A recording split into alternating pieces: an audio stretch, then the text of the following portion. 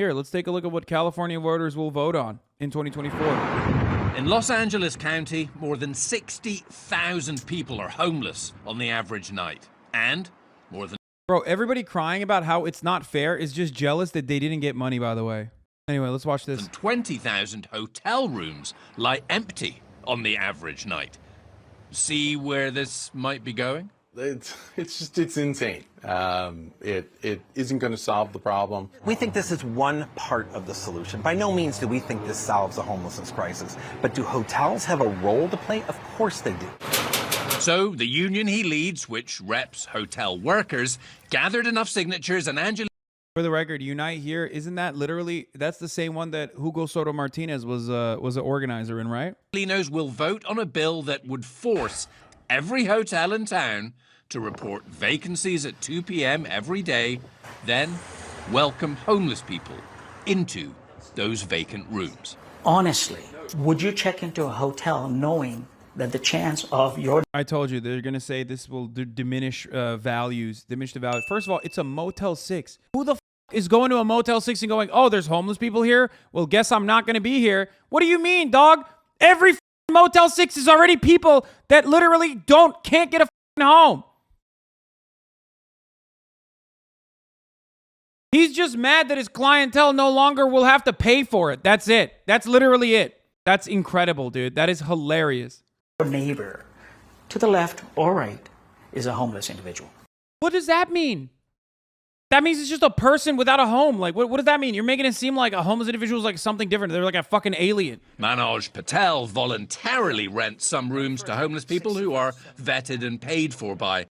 Oh, yeah. He voluntarily rents out rooms to homeless people already. That's why. He literally is already doing this. He just doesn't want to do it for free. A local church, but he's against this bill that would make that mandatory.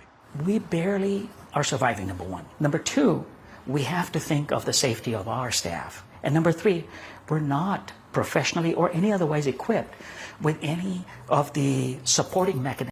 This part is correct. So let's be real. There are a lot of homeless people who are already fried. You know what I mean? And I've talked about the tier system of homelessness before. This measure is really good for people who are living in their fucking cars, who are in the beginning stages of being houseless. But this measure itself is going to be really fucking difficult if you're talking about like someone who's like a tier 3 homeless person where they've already started self-medicating. They've lost all hope of like ever returning to the workforce. And also on top of that, not having shelter for many, many years have legitimately caused an irreparable amount of fucking brain damage. And that's true. And for people like that, it's a very delicate situation. They still deserve housing, obviously, and they should be a part of a housing first structure. This is kind of similar to that. And those people absolutely need like care. It's hard to describe it to people because you fucking sound like you're talking about it from a dehumanizing person. You're talking about it like you're dehumanizing someone, but like it's real. That's a very delicate matter that needs to be dealt with professionals that know exactly how to communicate with people who are going through episodes. In many instances, they need immediate health care. It's not just shelter. They need shelter immediately, but also on top of that, they also need constant management. They need someone taking care of them. Is it just me, or do you act like you have a solution to every problem? What are people like you called? Can you answer that, you smart ass? I'm a fucking idiot. I'm not a very smart person. I am the first person to admit that, my friend. I say it all the time. But I think in a lot of instances, a lot smarter people have decided that the solution is way more complex and way more difficult, so that dumb people like you and myself feel like, oh man, maybe they're right. Maybe these smart people are right because they're smart. They're the ones who are writing policy. And then at a certain point, you realize like they're not actually smart. They're being kind of pieces of shit. They're making it more difficult for no reason. Well, they are making it more difficult for a good reason. They just want to make more money. That's the difference. If you sat around and thought about some of these issues for more than a fucking second, and many people in this community do that because I urge them to do that. We talk about these sorts of things regularly. You will also come to similar conclusions. And because I do this for 8 hours every single day, nonstop, over and over again, it comes across like I have a solution for every single thing. I don't. That the homeless guest would require. What services would be provided remains unclear. Also unclear the funding, and hotels would be paid fair market rate. It's up to the city. I mean, they did it during Project Room Key. The pandemic-era program now winding down that inspired this bill by placing more than 10,000 people in hotels that volunteered. Sean Bigdelli among them. Well, first of all, it's a blessing. It's a great room. The technology is not up to par, but, you know, what technology do you have in a tent? This bill would also force developers to replace housing demolished to make way for new hotels, and hotel permits would be introduced, as well as making every hotel from a Super 8 to the Biltmore accept homeless people as guests. I don't think that's a good idea. Why not? Maybe for some, but, you know, there's a lot of people with untreated mental health, and some people do some damage to these poor buildings, man. This happened in Manoj Patel's motel. And she marked all walls, curtains she burnt. Thank God there was no fire. Even marked the ceiling. Opponents of housing the homeless in hotels fear this and fear tourists could be. Okay, see, I already told you. I told you this is. No, stop saying poor buildings. Guys, chill. Yeah, poor buildings, but like that's why I literally mentioned what I mentioned. Yeah, some people need more help than just shelter. Shelter is the first and foremost most important thing that people need. But it's not, it's just the first step. Also, yes, rich people do that shit too, of course. Probably more frequently than the fucking homeless people do it. But you have to remember, dude, I don't know why. It's just like strange. I feel like it is kind of sheltered. Like these are sheltered takes to make it seem like some homeless people don't need more help than just shelter. Shelter is the first and most important step, and that's why I advocate for a housing first policy with respect to tackling the homelessness crisis. But of course, there are a lot of fucking homeless people, I promise you, that need significantly more fucking help than just shelter, okay? Some of you motherfuckers live in Idaho and have never encountered a homeless person, so you're like, you don't understand it. But like, no, there's a lot of people that need it. Shelter is just the start. I mean, this seems like a real Band-Aid solution. The Cecil Hotel in downtown LA was already converted to a hybrid low-income housing because of city laws is housing approximately 600 low-income housing. Like, I don't know if you ever talk to volunteers or social workers, but like, bro, there are homeless encampments everywhere in every fucking city in Los Angeles at this point. Like, every fucking grid. Every city, I mean, every street on this grid has like one homeless encampment at this fucking point. And there are some people living in those homeless encampments that are fine. They could totally, all they need is shelter. And then boom, they have a place for hygiene. They have a roof over their head that gives them a security that also, gives them literal privacy and protection from not only the environment, but also like other people stealing shit from them. You know what I mean? And they're good. They're great. All of a sudden, boom, they bounce back. They can shower, shit, shave, and then they can get a fucking job, right? Because that is a huge burden for a lot of people. And then there are people who have been around, that have been around for so fucking long. They've been on the streets for so long that it's just like impossible to recover. Those people need extra help. And if you've ever either volunteered or worked with people that do this sort of thing, you would recognize how big of a workload that actually is and how delicate that situation is. Be put off from even coming to LA. I wouldn't want my kids around people that I'm not sure about. I wouldn't want to be in an elevator with some. Oh, I'm surprised that the president of the Valley Industry and Commerce Association has an anti-homeless take. Somebody who's clearly having a mental break. The idea that you can intermingle homeless folks with paying normal guests. Normal.